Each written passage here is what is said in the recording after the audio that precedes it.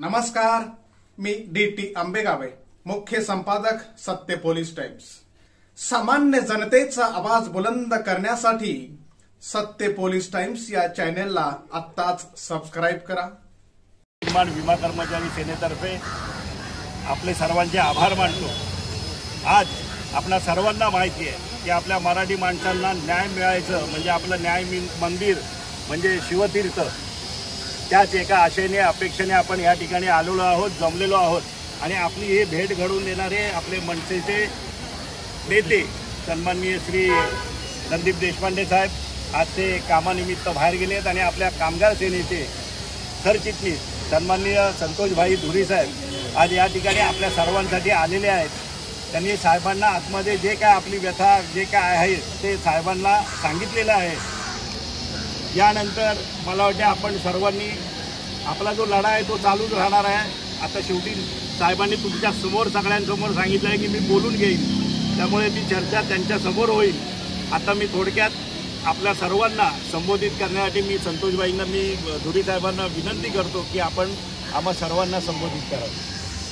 नमस्कार सगळ्यांना, जय महाराष्ट्र। सगळ्यांना वेलकम करतो। तुम्ही एवढ्या लांबून आलात, सगळे एका आशेने आलात तुम्ही आणि त्या आशेची पूर्ती नक्कीच होईल। आणि सन्माननीय राजसाहेबांनी जी दखल घेतलेली आहे, मला वाटते आपण गुरुवारी भेटलो। गुरुवारी आम्ही जगदीश राऊत नंतर वाडकर आम्ही साहेबांना भेटलो, संदीपजी देशपांडे पण होते। आम्ही साहेबांना तुमची जी व्यथा आहे ती सगळी समजावून सांगितली त्यांना। साहेबांना ते पटलं आणि साहेबांनी सांगितलं की एकदा भेटायला घेऊन या। त्याप्रमाणे तुम्हाला सगळ्यांना एकदा भेटायला बोलावलं। काय होतं की एकदा इकडे बोलून इकडे येऊन गेलात की ते बातमी बनते आणि बातमी बनल्यावर समोरच्याला पण दखल घ्यावी लागते। त्याप्रमाणे LICच्या अधिकाऱ्यांना आता दखल घ्यावीच लागेल। कारण एकदा आपण पत्रव्यवहार केला आणि त्यांना सांगितलं की आम्ही भेटायला येतोय म्हणून, महाराष्ट्र नवनिर्माण सेनेची दहशतच अशी आहे की ते भेटायला पण घाबरतात। चर्चा करायची तर गोष्ट वेगळीच आहे, भेटायला पण घाबरतात।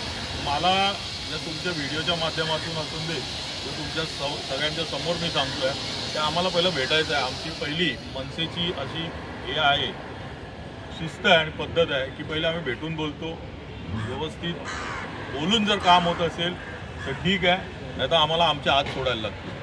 तर आम्ही एक वॉर्निंग देतोय की जर तुम्ही आता परत भेट टाळलीत आणि जर आमच्याशी चर्चा केली नाहीत तर आम्हाला आमच्या पद्धतीने मनसे स्टाईलने आम्हाला आमचं काम करावं लागेल।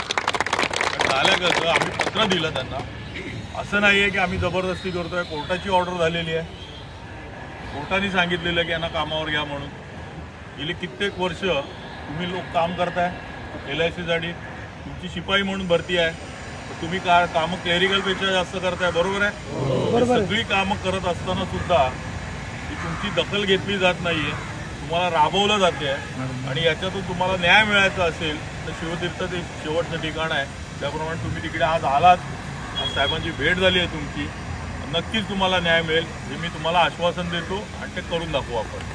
महाराष्ट्र नवनिर्माण सेनेचा सन्मान्य राजसाहेबांची चर्चा करून पुढची जी दिशा आहे, सन्मान्य देशपांडे त्यांचे मित्र वारले त्यामुळे ते आज कर्नाटकात आहेत, ते आल्यानंतर पुढची दिशा जी काय आहे ती आम्ही ठरवू, त्याप्रमाणे तुम्हाला कळू। त्यावेळेला तुम्ही सगळ्यांनी ज्या पद्धतीने आता आलात त्या पद्धतीने तुम्ही सगळे या आणि एक साथ द्या, कारण सगळ्यांचा लढा आहे, सगळ्यांसाठी करावा लागेल, आपल्याला एकत्र येऊनच करावं लागेल।